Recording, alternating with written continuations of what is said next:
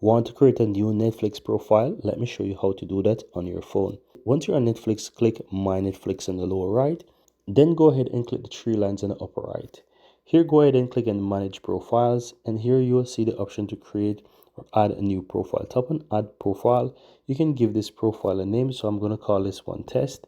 And you can choose whether or not it's going to be for kids or not. You can also go ahead and edit the profile picture by clicking the pencil icon, and you can choose whatever it is. So I'm going to go ahead and use this image right here of the witcher, then click and save.